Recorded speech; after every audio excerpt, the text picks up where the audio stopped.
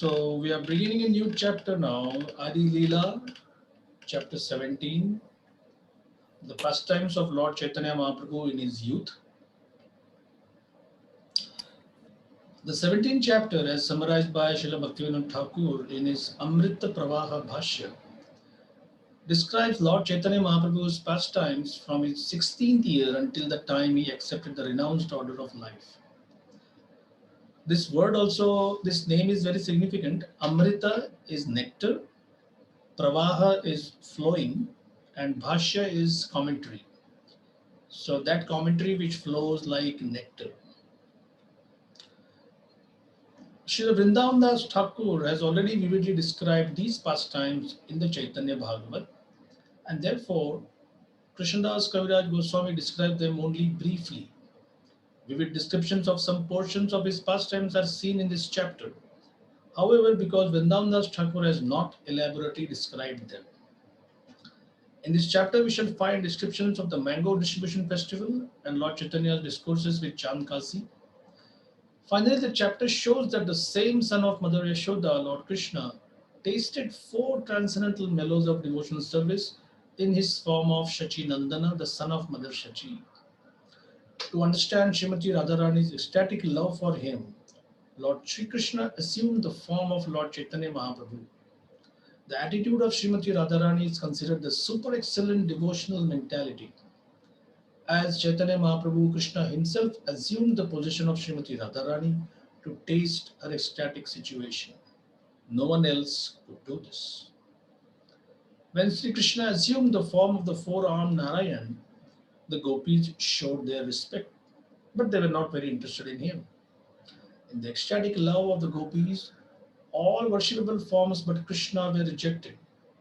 Among all the gopis, Srimati Radharani was the highest ecstatic love. Srimati Radharani has the highest ecstatic love.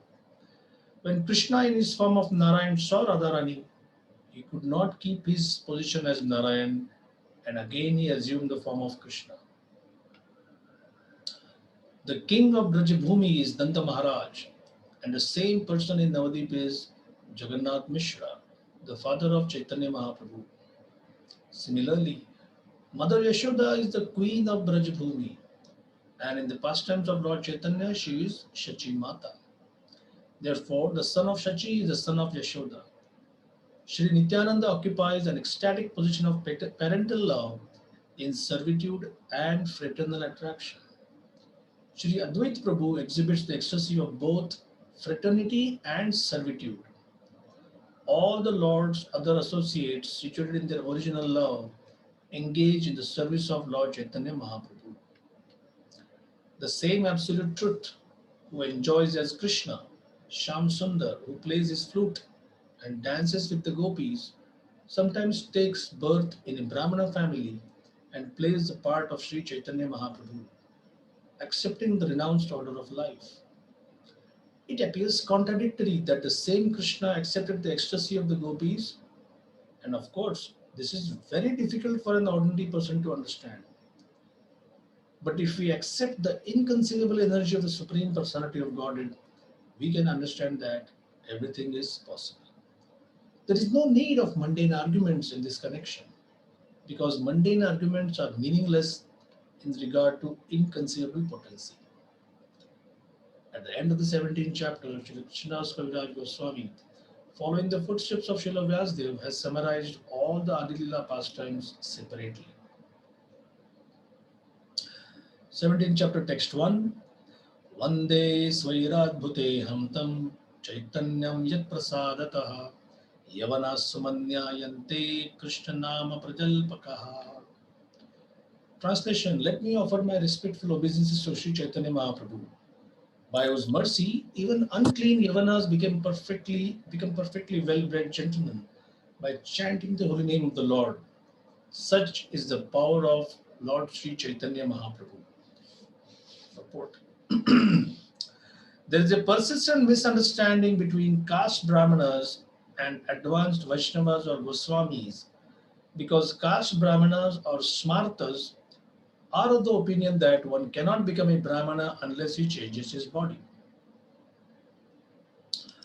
Mind you, Smarta comes from the word Smriti.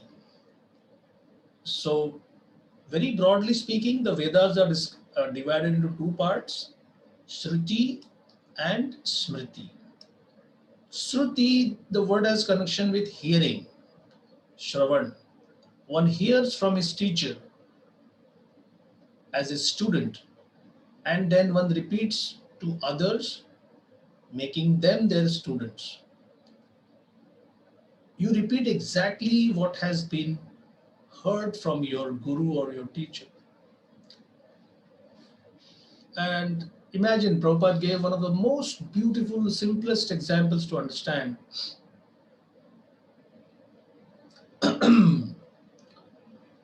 Like you are in your kitchen, or our Gary Prabhu is on his farm, or somebody says Shyamananda is giving a class.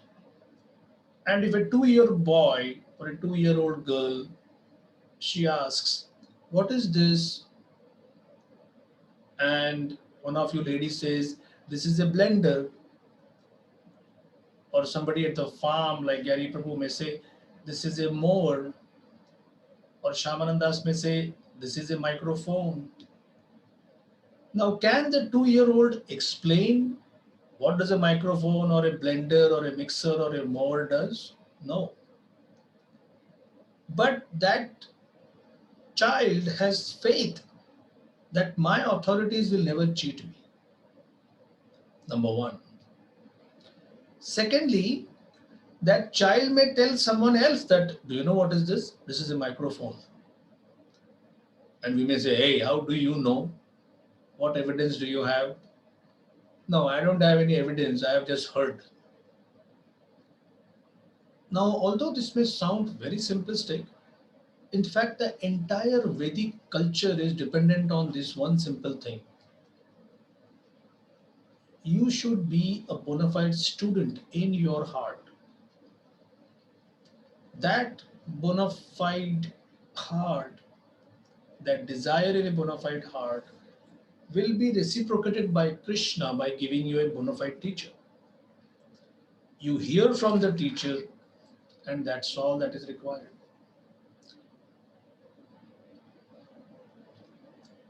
Now, Smriti means that which is remembered. So, Sruti and Smriti.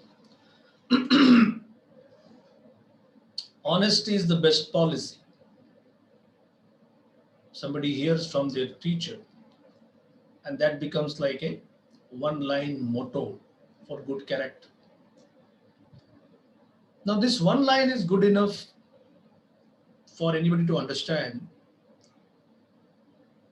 but then if it is enriched with an explanation, there was a king, he had two queens, and his minister was not very honest, and then so on and so forth. So now the same line, honesty is the best policy, is supported by a story. Could be a positive story, could be a negative story. Don't overeat.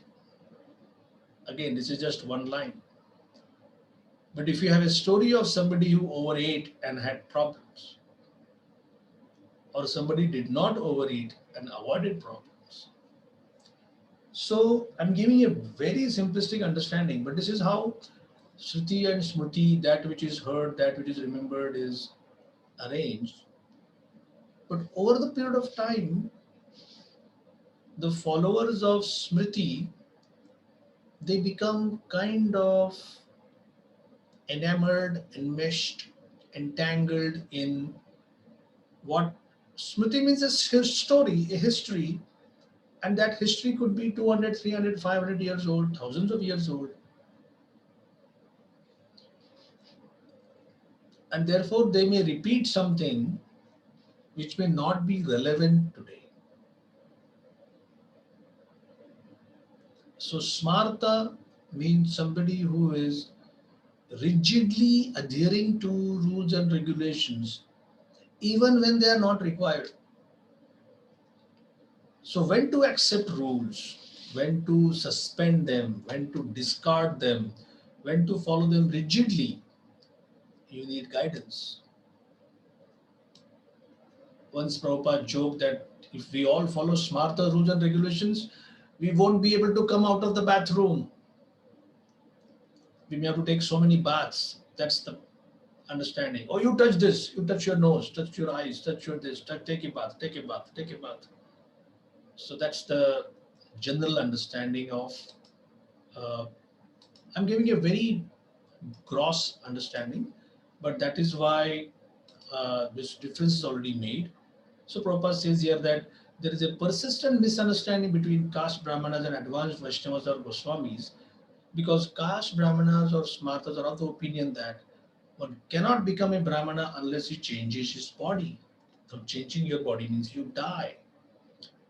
As we have discussed several times, it is to be understood that by the supremely powerful potency of the Lord, as described by Krishna's Kaviraj Goswami, everything is possible.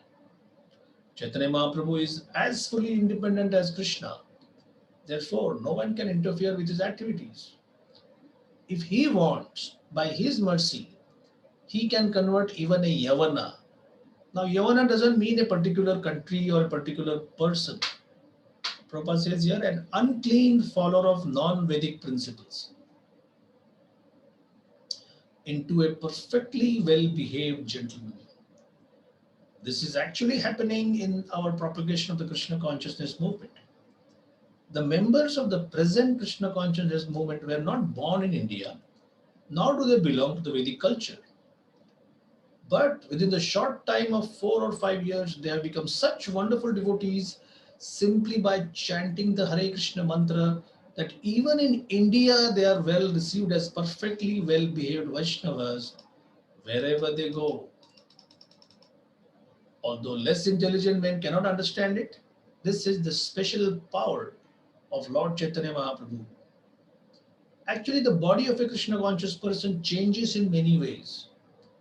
Even in the United States, when our devotees chant on the street, American ladies and gentlemen inquire from them whether they are actually Americans, because no one could expect Americans to become such nice devotees all of a sudden. Even Christian priests are greatly surprised that all these boys from Jewish and Christian families have joined this Krishna consciousness movement. Before joining, they never regarded any principles of religion seriously, but now they have become sincere devotees of the Lord. Everywhere, people express this astonishment, and we take great pride in the transcendental behavior of our students. Such wonders are possible, however, only by the mercy of Sri Chaitanya Mahaprabhu. They are not ordinary or mundane. Text 2. Jai Jai Sri Chaitanya Jaya Nityananda Jaya Dvaita Chandra Jaya Gaura Bhakta Vrinda. All glories to Lord Chaitanya Mahaprabhu, all glories to Lord Nityananda Prabhu, all glories to Advaita Acharya, and all glories to all the devotees of Lord Chaitanya. Kaishora Lilar Sutra Karila Ganan, Javan Lilar Sutra Kari Anukram. I have already given a synopsis of the Kaishora Lila of Sri Chaitanya Mahaprabhu. Now let me enumerate his youthful pastimes in chronological order. Vidya Saundarya Sadvesha Sambhoga Nritya Kirtanai Premanama Pradhanascha Gaura Divyati Yauvane. Translation. Exhibiting his scholarship, beauty, and fine dress, Lord Chaitanya danced and chanted as he distributed the holy name of the Lord to awaken dormant love of Krishna. Thus Lord Sri Gaurasundara shone in his youthful pastimes. Yavana Praveshe Ange Ranga Vibhushan Divya Vastra Divya Vesha Malya Chandan. As he entered his youth, the Lord decorated himself with ornaments, dressed himself in fine cloth, garlanded himself with flowers, and smeared himself with sandalwood. विद्यार औद्धत्य काहो ना करे गणन सकल पंडित जिनी करे अध्यापन. By dint of pride in his education, Sri Chaitanya Mahaprabhu, not caring for anyone else, defeated all kinds of learned scholars while executing his studies.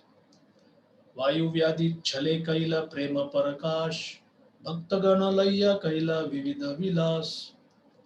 In his youth, the Lord exhibited his ecstatic love of Krishna on the plea of disturbances of the bodily airs.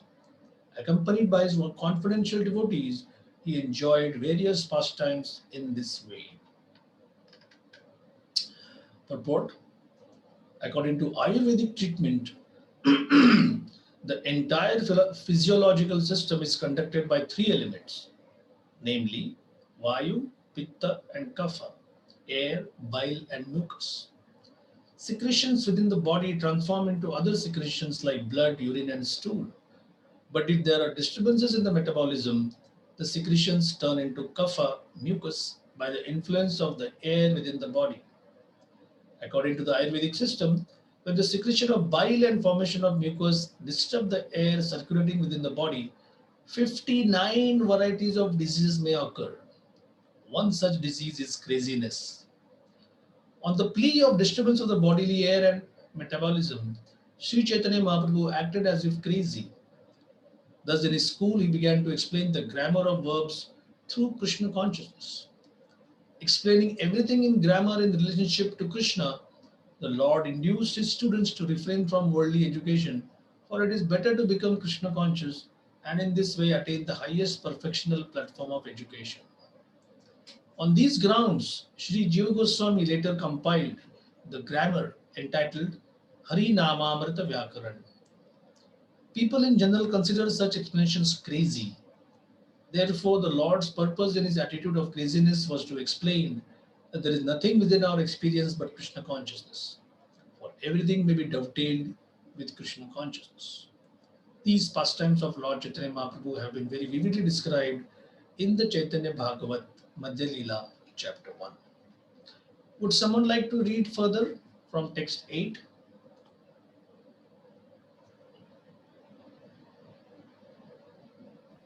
Sure, Prabhuji. Text 8. तबेता करिला प्रभु गयता गमना ईश्वरा पुरीरा संगे तथाई मिलना. Thereafter the Lord went to Gaya. There he met Srila Ishwarapuri. Purport. Sri Chaitanya Mahaprabhu went to Gaya to offer respectful oblations to his forefathers. This process is called Pindadana. In Vedic society, after the death of a relative, especially one's father or mother, one must go to Gaya and there offer oblations to the lotus feet of the Lord Vishnu.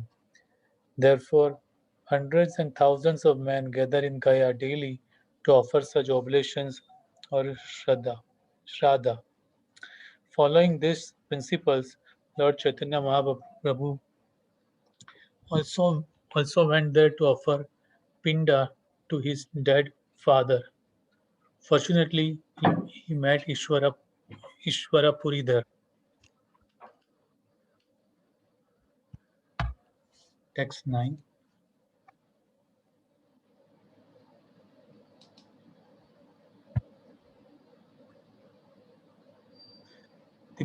दीक्षानंतरे हैला प्रेमेरा प्रकाश देशे आगमना पुनः प्रेमेरा vilas.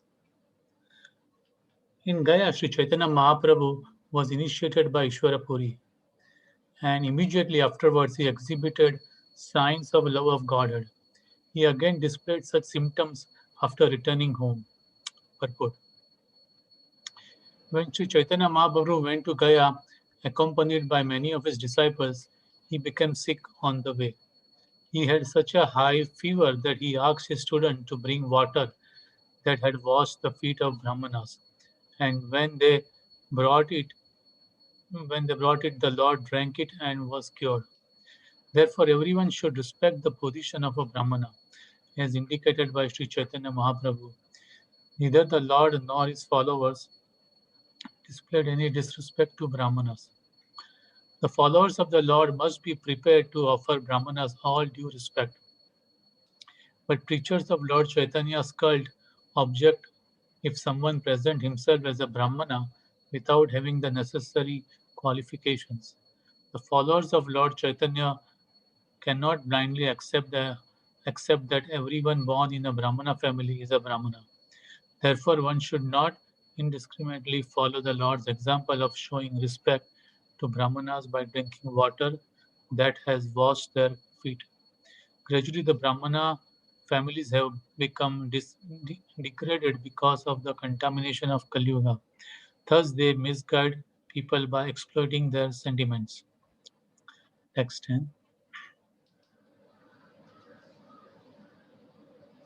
सची के प्रेमादाना तबे अद्वैत मिलना अद्वैत पाइले विश्वरूपा दर्शना. Thereafter, the Lord delivered love of Krishna to his mother, Sachi Devi, nullifying her offense at the feet of Advaita Acharya. Thus, there was a meeting with Advaita Acharya, who later had a vision of the Lord's universal form. Purport. One day, Sri Chaitanya Mahaprabhu was sitting on the throne of Vishnu in the house of Srivas Prabhu, and in the mood of his own, he said, "My mother has offended the lotus feet of Advaita Acharya. Unless, unless she nullifies this offense at the lotus feet of Vaishnava, it will not be possible for her to achieve love of Krishna." Hearing this, all the devotees went to bring Advaita Acharya there. While coming to see the Lord, Advaita Acharya was glorifying the characteristics of Mother Sachi Devi, and thus upon arriving, he fell down on the ground in ecstasy. Then, under the instruction of Lord Chaitanya, Sachi Devi took advantage of this situation to touch Advaita Acharya's lotus feet. Sri Chaitanya Mahaprabhu was very much pleased by his mother's action, and he said, "Now my mother's offense at the lotus feet of Advaita Acharya has been rectified, and she may have love of Krishna without difficulty." By this example, Lord Chaitanya taught everyone that although one may be very much advanced in Krishna consciousness, if one offends the lotus feet of a Vaishnava, his advancement will not bear fruit. We should therefore be very cautious not to offend a Vaishnava. Sri Chaitanya Charitamrita, Sri Chaitanya Charitamrita has described such an offense as follows.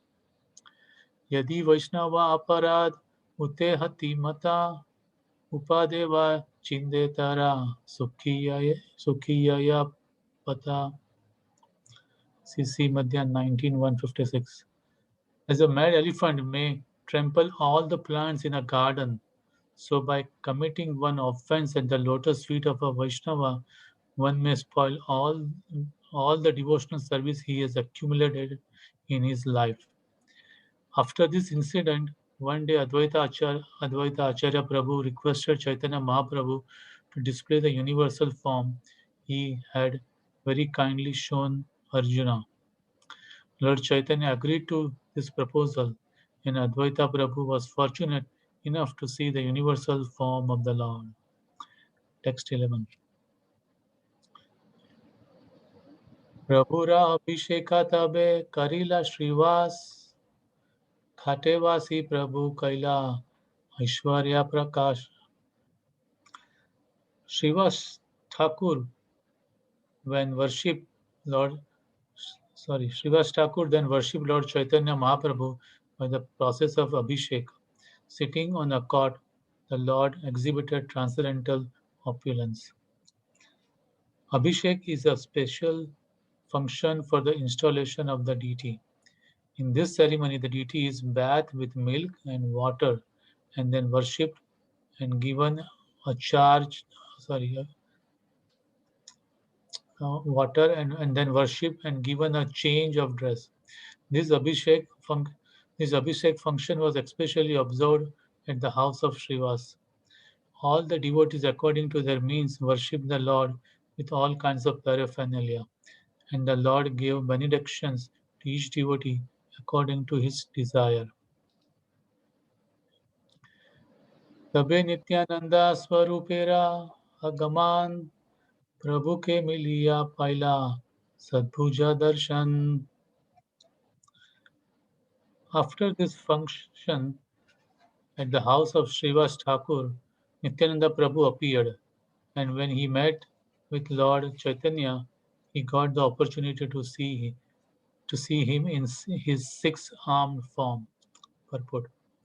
The form of Sadbhuja, the six-armed Lord Gaurasundara, is a representation of three incarnations. The form of Sri Ramachandra is symbolized by a bow in one hand and an arrow in another. The form of Lord Sri Krishna is symbolized by a stick and a flute, like those generally held by a cowherd boy. And Lord Chaitanya Mahaprabhu is symbolized by a sannyasa danda and a kamandulu or a water pot. Sri Nityananda Prabhu was born in the village of Ekachakra in the district of Birbhum. As the son of Padmavati and Hadai Pandita, in his childhood he played like Balaram. When he was growing up, a sannyasi came to the house of Hadai Pandit and begged to have a Pandita's son as his brahmachari assistant. Hadai Pandit immediately agreed and delivered his son to him. Although the separation was greatly shocking, so much so that Hadai lost his life after the separation. Nityananda Prabhu traveled on many pilgrimages with the sannyasi. It is said that for many days he lived at Mathura with him, and at that time he heard about Lord Chaitanya Mahaprabhu's pastime in Navadvip. Therefore he came down to Bengal to see the Lord. When the Lord Nityananda came to Navadvip, he was a guest at the house of Nandana Acharya. Understanding that Nityananda Prabhu had arrived, Lord Chaitanya said Lord Chaitanya sent his devotees to him, and thus there was a meeting between Sri Chaitanya Mahaprabhu and Nityananda Prabhu. I'll briefly give some comments here. Um, Shad Bhuj, Shad means six. So Lord Chaitanya Mahaprabhu is many times shown with this six-armed form. Two arms are symbolically taken from the pastimes of Lord Ramachandra. Lord Ram has a bow and arrow. So these are the two. Then Krishna, as a coward boy, would carry a stick and a flute. Krishna plays his flute. Murli Vadan, Murli Vadak, Murli Manohar. And as Chaitanya Mahaprabhu as a sannyasi, he would carry the sannyas staff, sannyas danda, and a water pot. So there are many incarnations of Krishna. Sri Chaitanya Mahaprabhu is a concealed incarnation. Why? Because in other incarnations, he claims, he tells the general population who he is. Uh, okay, here is a question. Do you think that if Krishna comes today to Virginia or to Dakota or to America or to India, how many people you think, even if they see Krishna doing whatever he's doing, how many do you think will accept him as the Supreme Lord? Nobody. Maybe less than 1%. Yeah, it's Kali Yuga. Now, now, why is that? Number one, revelation of God is kind of dependent upon your purity. The example is given, if you go deep down into a cave and then you close the cave with a stone and then you claim to the sun that if you are light, if you have the power of luminosity or brilliance, I dare you come inside this cave. Well, the sun says, if you come out of the cave, you can see me. But it says, no, you have to enter into the dark areas of the cave.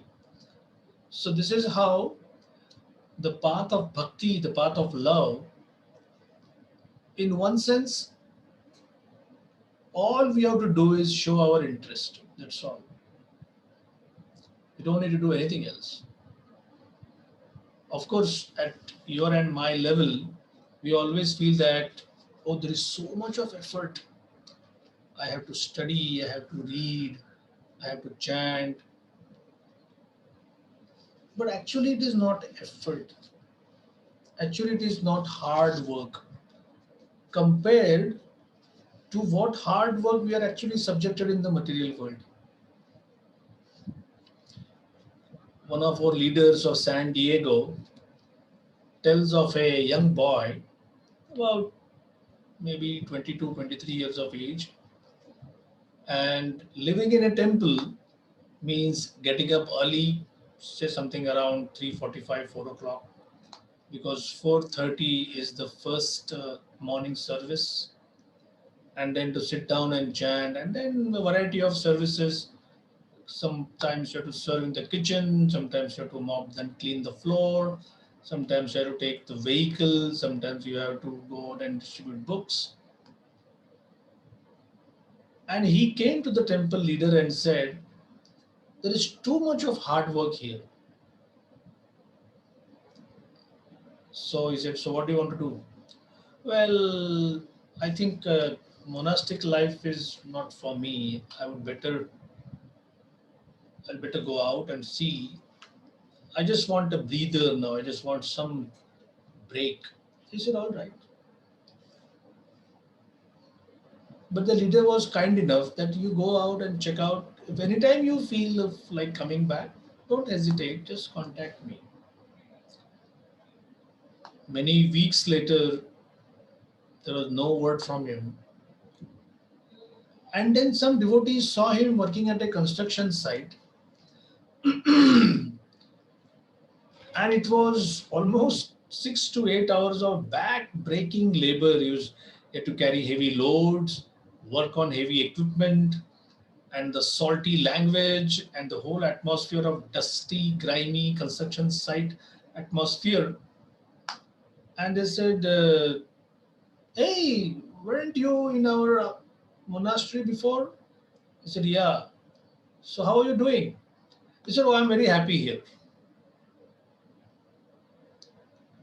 So they were surprised that in the temple or in the monastery, there was not even 1/10 of such kind of hard work. So where exactly is the hard work situated? It's in the mind. The hardness is always in the mind,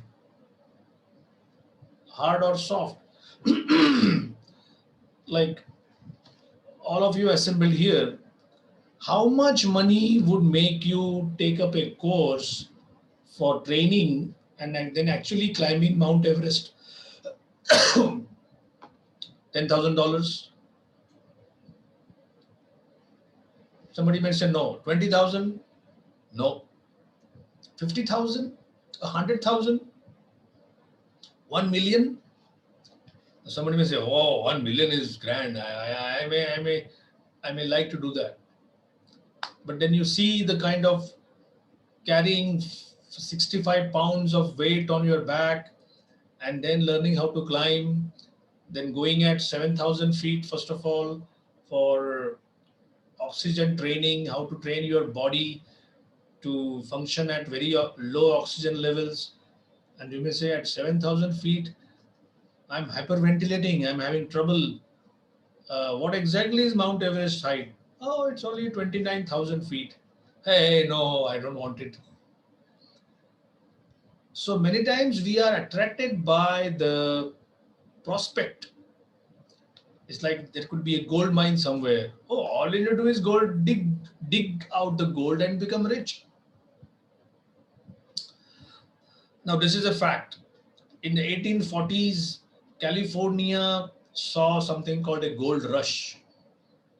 You just have to buy some land, and there could be a stream nearby, and then you put a pan that's called panning, and you just sift through that sand or whatever, and there could be some gold particles.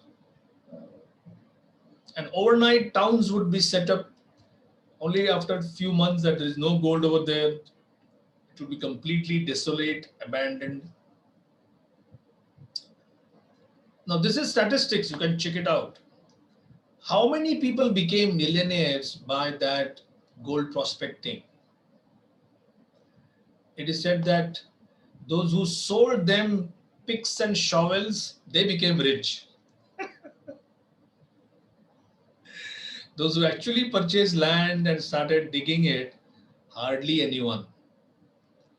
And of course, one intelligent fellow became a millionaire and he is still a big shot. His family is still a millionaire.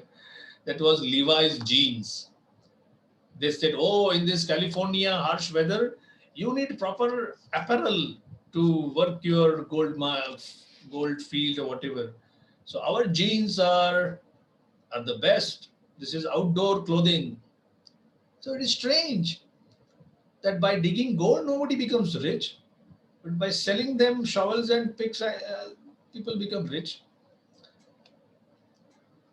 Another point mentioned by one nice thinker that at least in America, it is easy to become a millionaire. Now it is difficult, I know that, but let us say it is easy. More difficult is to remain a millionaire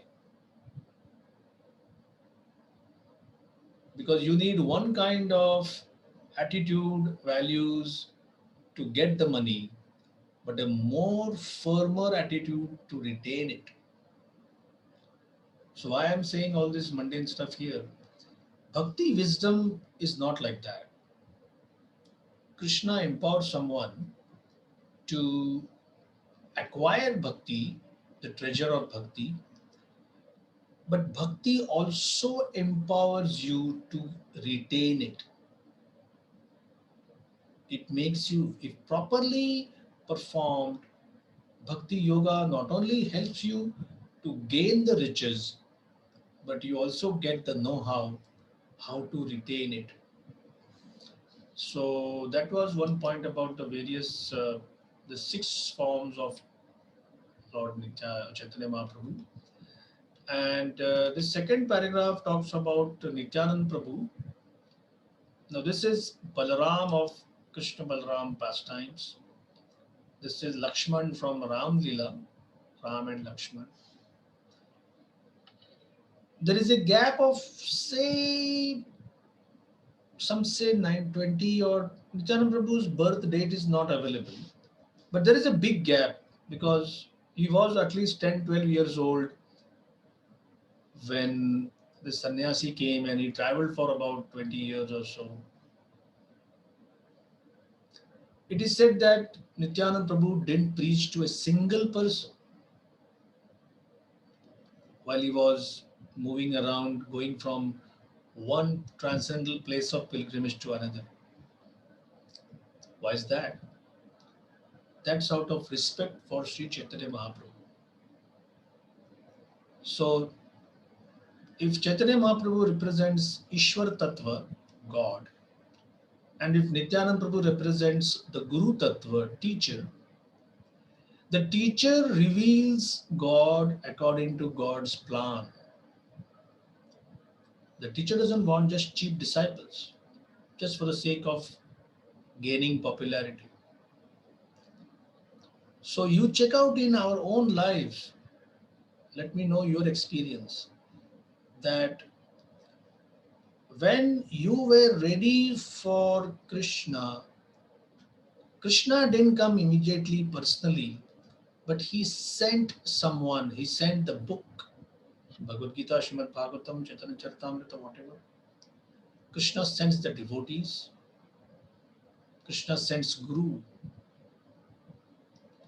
and then later, Guru channelizes your mind, your service attitude, and everything, and says, now do everything for Krishna. So Krishna does everything by sending Guru in your life, and Guru does everything to push you towards Krishna. This is that transcendental arrangement. There are some people who say, I only want God, I don't want any middlemen. They are not middlemen like you find them in the stock exchange or in business. Here, you show your devotion to God by showing devotion to his devotees. So these are some uh, thoughts about Lord Nityananda's role in the Krishna consciousness movement. We'll pause here for any comments or questions. Prabhuji, I have a question. Yeah, go ahead. So, Chaitanya Mahaprabhu, like, in his childhood into, young stage, he was very scholarly. It's described in Chaitanya Charitamrta as a very scholarly person. So when he gets initiation from Ishwarpuri, and then he comes back, that's the time he started Sankirtan movement. He goes to Gaya to perform the Shraddha ceremony for his father, and as soon as he comes back from Gaya, he begins spreading the holy name around in Navadip area. So is it like he gets the instructions from his Guru Maharaj? Yes. So he doesn't, till he meets Ishwarpuri, he's an arrogant scholar. And there is a reason behind that. He wants to show that if you just depend on scholarship, you become arrogant just like me. And arrogance won't take you anywhere.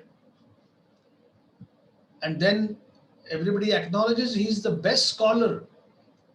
And when the best scholar or the greatest scholar becomes subservient to his spiritual master, then who are you? I mean, why should you be proud of some fractional knowledge of what you have when the biggest scholar is saying that I surrender everything to my Guru Maharaj, my spiritual master.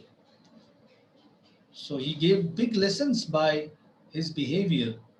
Even in his arrogance, he was giving a lesson, and when he surrendered his arrogance, also he gave a lesson. Like Mahaprabhu is, of course, is God, but then he's playing the role of a grammar scholar. So while he was with Ishwarpuri, he would cook for him, he would serve him. And one day Ishwarpuri said, I have written a small tract, not a whole book or something, but something. And I know that you are a grammar expert. Would you like to go through this? So Mahaprabhu said, no, no, no. Whatever you have done is perfect. You are it because you are a devotee. He said, still, but I would like you to give some expert comments. No, no, no, no. How can I dare correct my teacher? But he said, I am ordering you. I said, all right. So Mahaprabhu took that small tract and then he went through it. And the next morning he said, it's all good, but with due diligence and with all humility at my command, I could say that in this particular line, you may change it from this form to that form. So Ishwarpuri took it and said, no, I think what I have written is perfect. So Mahaprabhu said, oh yes, yes, whatever you have said is perfect. Now it's a very simple exchange, but don't get fooled by the simplicity of it. When a guru tells you to correct something which he has done, that is one test. You have to understand whether my humility is tested, whether my service attitude is tested, what exactly is being tested. So initially you say, no, no, no, I don't want to find any corrections or any faults here. Then the teacher said, you correct this as my order. You say, okay, if it is an order, I'll go ahead. And then using your common sense, you suggest something, and over and above that, Ishwarpuri said, no, whatever you have suggested is actually not correct. Whatever I have written is correct. Oh, yes, yes, yes, yes, whatever you say. So it's a very cryptic, very coded kind of a pastime.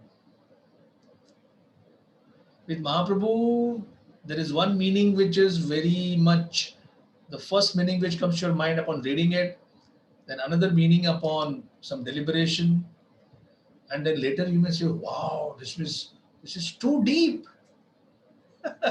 So many of the Leelas are like that.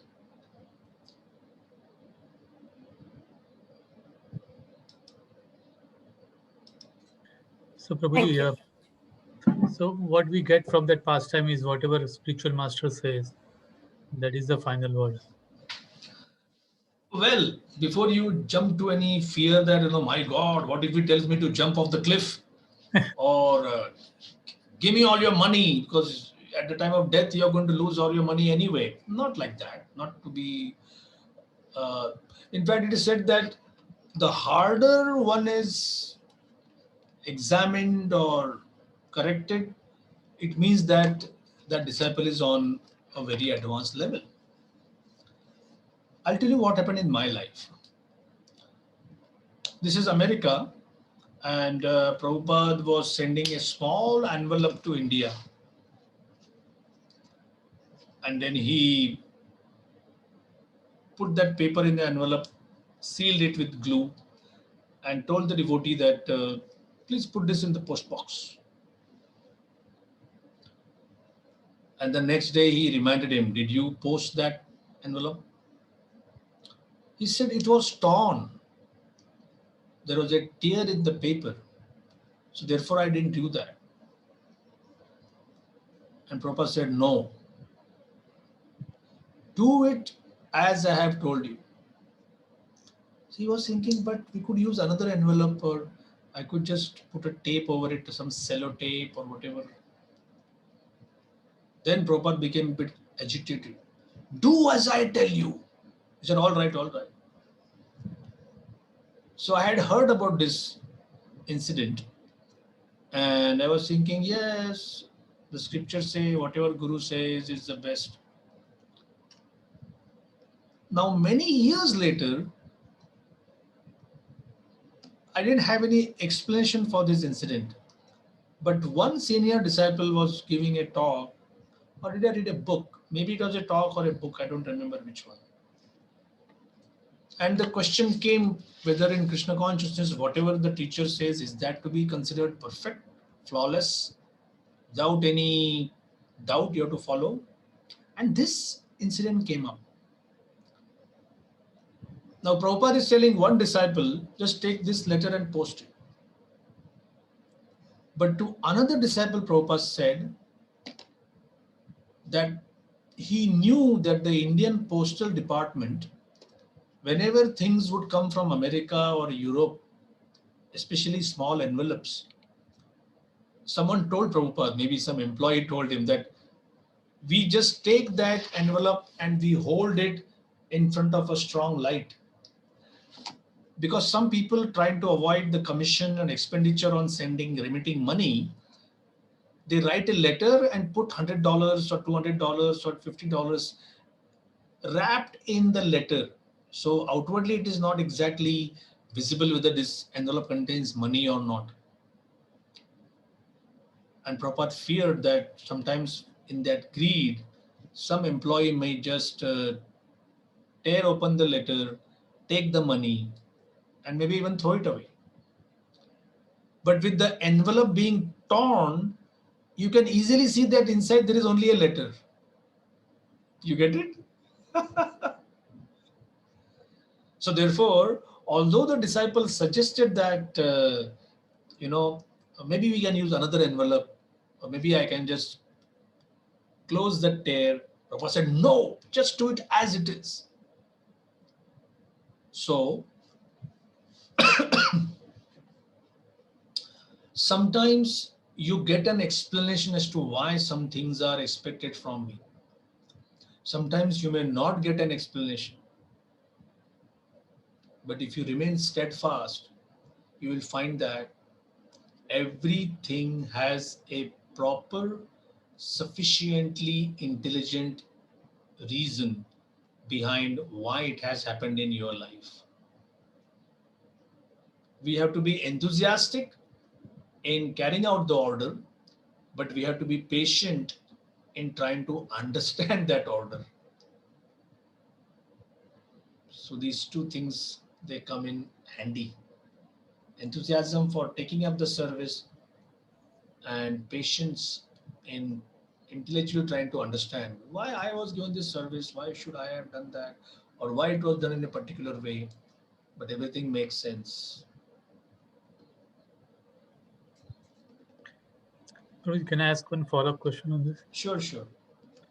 Prabhuji, many times, Srila Prabhupada says in his lecture that, or in some of his books, that we have to use our intelligence Hmm. doing any service or anything. We have to come up with new ideas and with any service. So my question is, when there is a order from when spiritual master says something, we don't need to use our intelligence in doing that particular task. But if any other work, any other service you do, you can use your intelligence to make it better. This is a very common dilemma.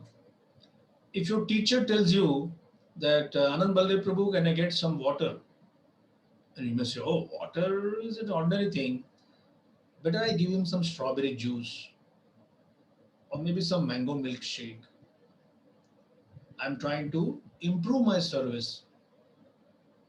But what if at that particular point of time, only water is required? That's all.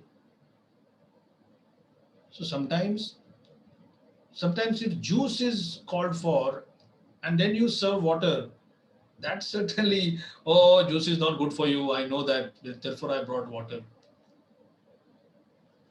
So the confusion begins when one wants to extend the quality of service or one thinks that I know better. So both of these have to be avoided. Hanuman was told that find Sita. He was not told to destroy the Ashoka Vatika or to insult Ravana or to kill thousands of soldiers. But he did that. But he did that as a part of his duty. He had no idea what he was going to run into.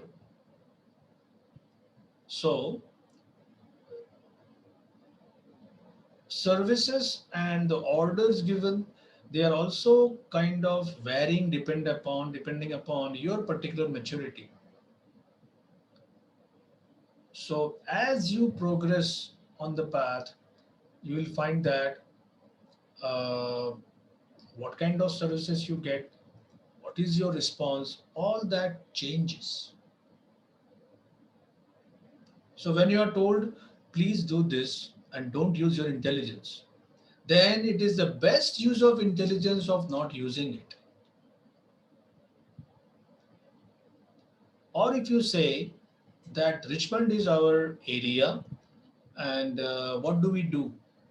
How do we increase our number of devotees here? Well, pray, chant Hare Krishna nicely and depend on Krishna for intelligence. So if that is the order given, so you do exactly that. And you say, okay, for next Janmashtami, we can have this kind of thing. We can have a devotee care program here. We can do this kind of, we can have a cookie bake, we can have a Rath Yatra, we can do this, we can do that. Now, the order has come to increase the number of devotees. How exactly it has not been made clear. So there will be some success and some failures. But that is all part of the process of following the orders of spiritual master. Prabhupada was told by his guru that if you get money, print books. That is more important. So he printed books, but he also had temples. But he didn't put the cart before the horse. He didn't say that first let us get temples and then we'll get books. No. He wrote the books first, he carried the books with him, and on the basis of the books, he said, now you can have temples. So Prabhupada's teacher was not against temples, but he was against temples if books are not given priority. That is a very careful to, we have to be careful to understand this. So there are basic instructions for everyone. Like today, I didn't get an email from my guru that I have to chant Hare Krishna. Hey, you don't need to wait every day for a confirmation email that, should I chant today?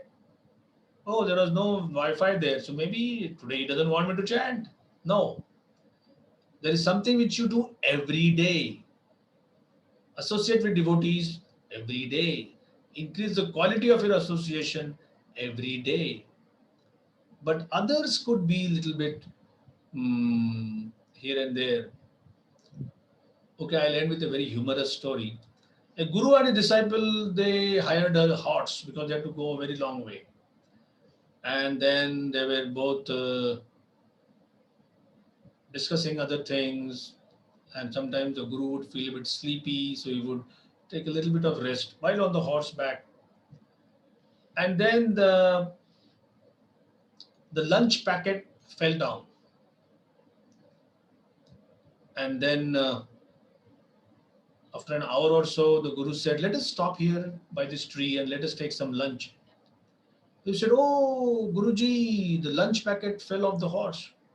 He said, "You idiot, why didn't you tell me?" He said, "Well, you didn't tell me that I have to pick it up." So the guru said, "Okay, lunch packet." He said, "Okay, tell me what all if it falls from the horse, I have to pick it up." He said, "Lunch packet, my bead bag, my other books bag." And he made a big list. Now there was nothing to eat, so the guru was famished. After half an hour, the guru himself fell off the horseback. And the guru and the disciples checked the list. Bead bag is there, other books bag is there. But he didn't tell me that I have to pick the guru also because it is not there in the list. So he waited. Then the guru came back to consciousness.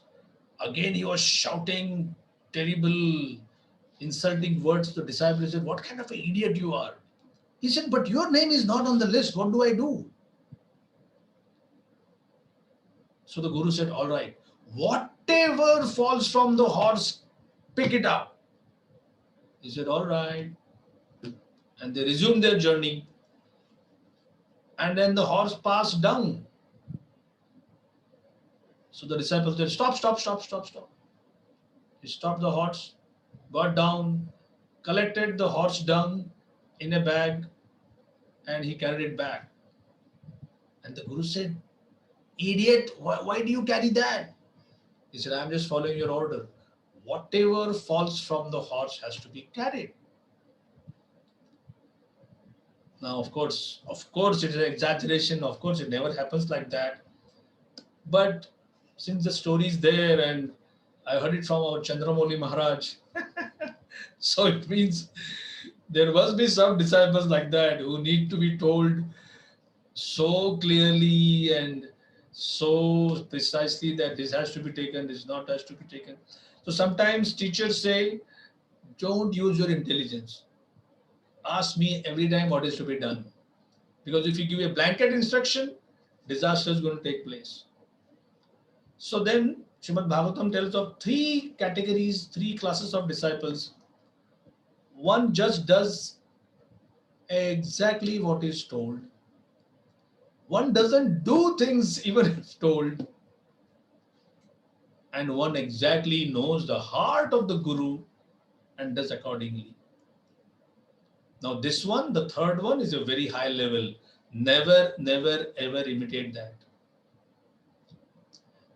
The second one, where you just do as you are told, is a safe category, provided you keep on asking feedback. And the third one, where you are not even told, you are not even doing what you are told, at least don't try to remain there. So these are some thoughts on serving the instructions. Thank you very much, Prabhuji. Shall we stop here, Mataji? We don't mind continuing. It's I have to go. I have to have my morning program now. we can start.